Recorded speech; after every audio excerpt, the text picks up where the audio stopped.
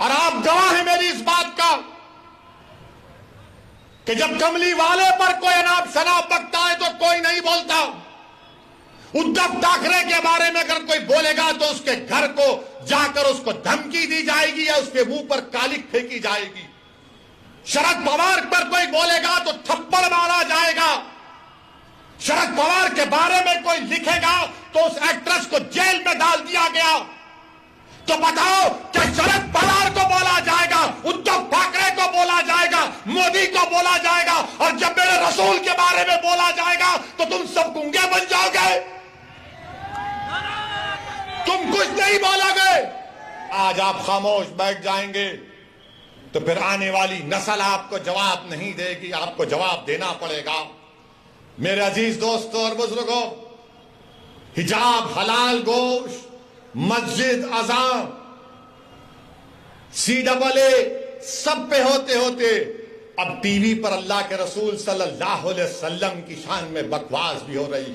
मेरे अजीज दोस्तों और बुजुर्गों, आपकी खामोशी मुझे शिकवा इन तमाम पार्टी से नहीं है, मैं आपसे शिकायत कर रहा हूं। मैं आपके सामने अपना दर्द बयान कर रहा हूं। मैं अपनों के दरमियान में खड़े होकर आपसे भीख मांग रहा हूं। मुझे उनसे उम्मीद नहीं है, मुझे आपसे उम्मीद है। अगर मेरी बात कड़वी लग रही तो अपना एक दीवाना बेटा और भाई समझकर माफ कर दो, मगर मेरा हक बनता कि मैं तुम्हारे सामने बोलूं।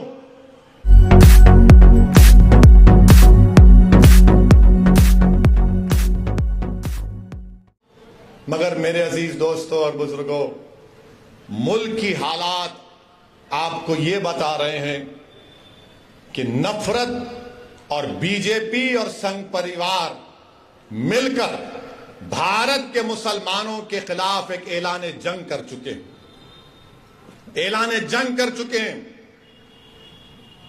और हमारी हर तहजीब की हर निशानी को मिटाना चाहते हैं, हर चीज को मिटा देना चाहते हैं।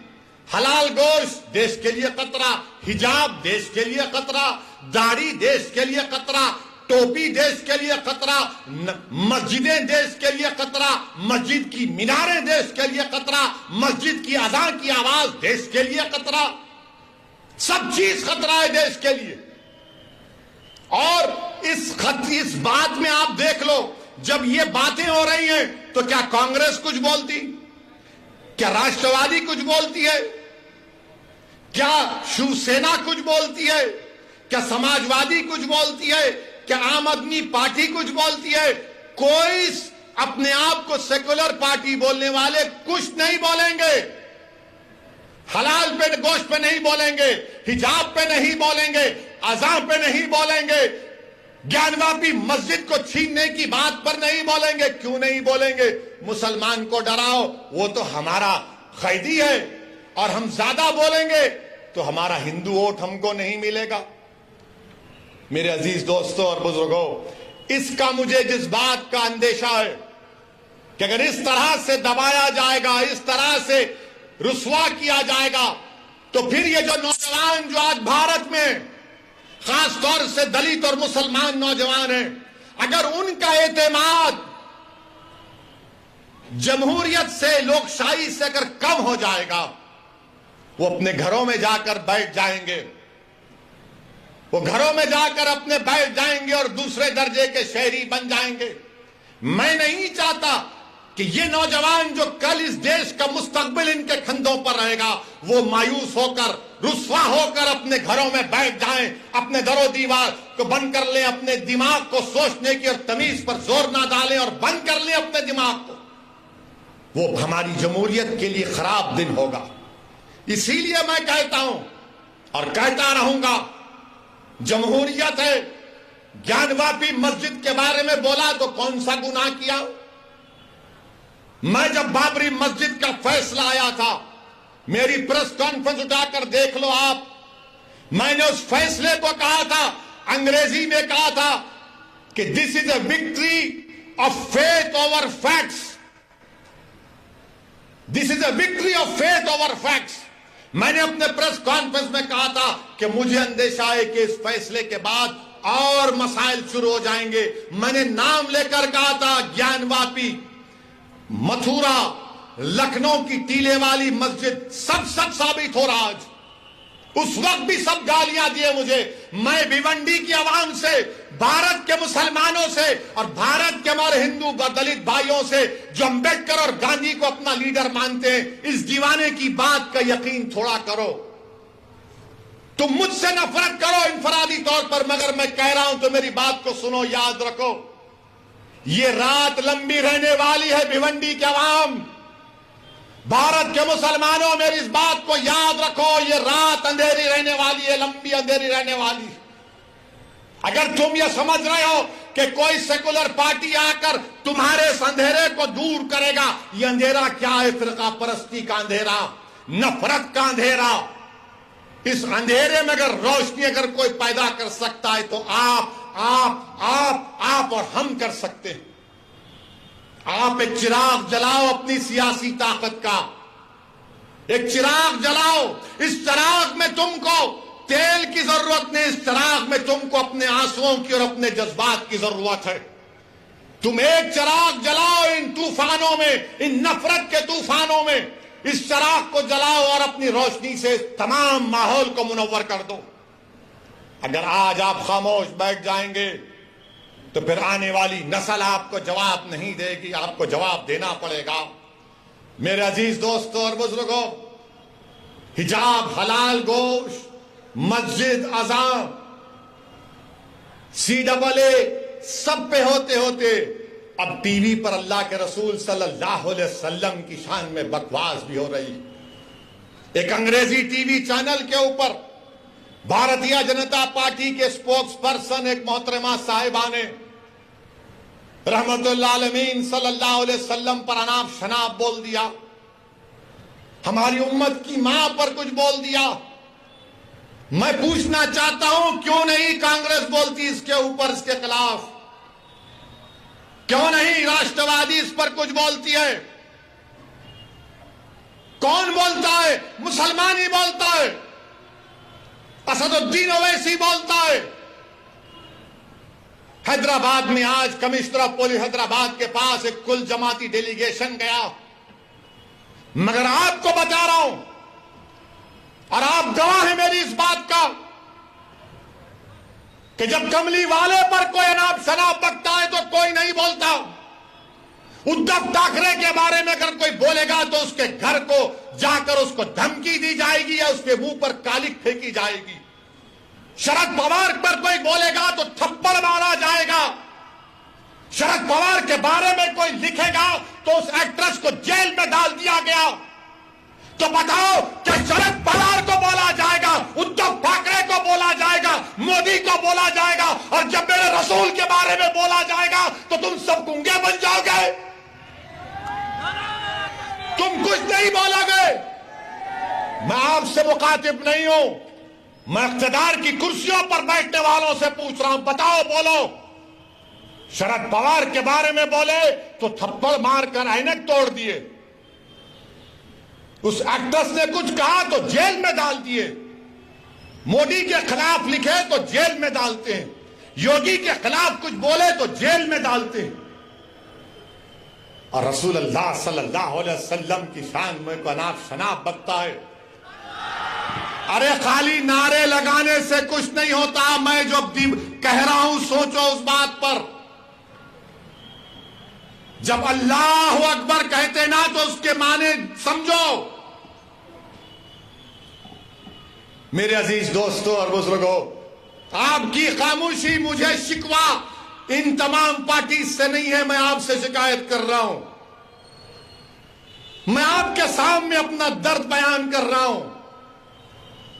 मैं अपनों के दरमियान में खड़े होकर आपसे भीख मांग रहा हूं। मुझे उनसे उम्मीद नहीं है, मुझे आपसे उम्मीद है। अगर मेरी बात कड़वी लग रही तो अपना एक दीवाना बेटा और भाई समझकर माफ कर दो, मगर मेरा हक बनता कि मैं तुम्हारे सामने बोलूं। अगर तुम्हारे सामने नहीं बोलूं तो कहां जाकर बोलूं, बताओ। मेरे अजीज दोस्तों और बुजुर्गों, इसीलिए आपको अपनी एक सियासी ताकत को मजबूत करना है, चाहे जिले सतह पर हो, बल्दिया का इलेक्शन हो, जिला परिषद का इलेक्शन हो, असेंबली का हो, पार्लियामेंट का हो, आपको अपनी आवाज उठानी चाहिए, नुमाइंदा होना चाहिए। मत जाओ इन लोगों की बातों में कि ओवैसी खड़ा होगा तो उन्होंने जीत जाएंगे। अरे जब मैं नहीं भी खड़ा हो रहा हूं तो जीत रहे ना। मुबारकपुर से ताल्लुक रखने वाले कितने यहां पर बताओ, हाथ उठाओ। मुबारकपुर से कितने लोग हैं कि जामिया अशरफिया की बिल्डिंग को तोड़ा गया, कुछ समाजवादी के लोग बोले? नहीं बोलेंगे। फिर आप क्या करेंगे? नहीं इलेक्शन आए, नहीं ओवैसी बोलता अच्छा भाई, मगर अब क्या करेंगे?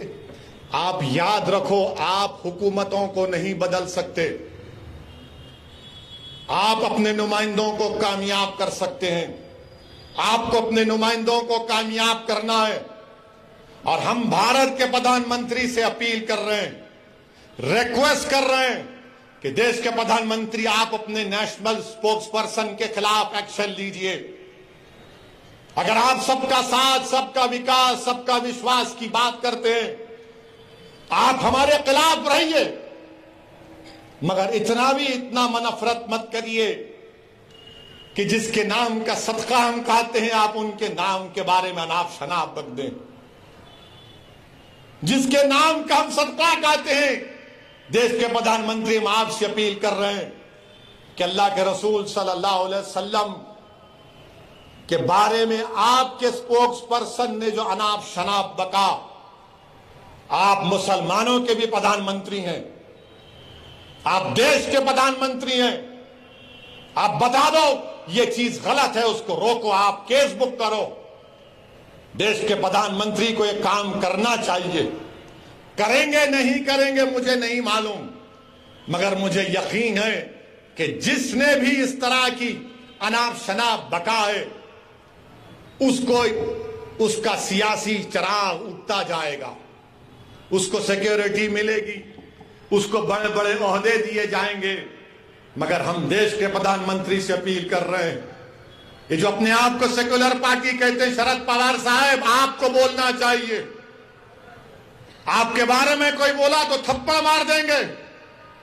उद्धव ठाकरे आपको बोलना चाहिए, मुखालिफत करो आप मजलिस की, कोई एतराज, मगर हर चीज की एक हद होती है।